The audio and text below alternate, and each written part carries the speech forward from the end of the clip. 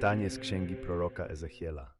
Podobieństwo wyglądu 4 zwierząt. Po prawej ich stronie 4 ludzkie oblicza i lwie, 4 zaś oblicza wołu po lewej ich stronie, ponad nimi 4 oblicza orła. Oblicza ich i skrzydła ku górze wyciągnięte.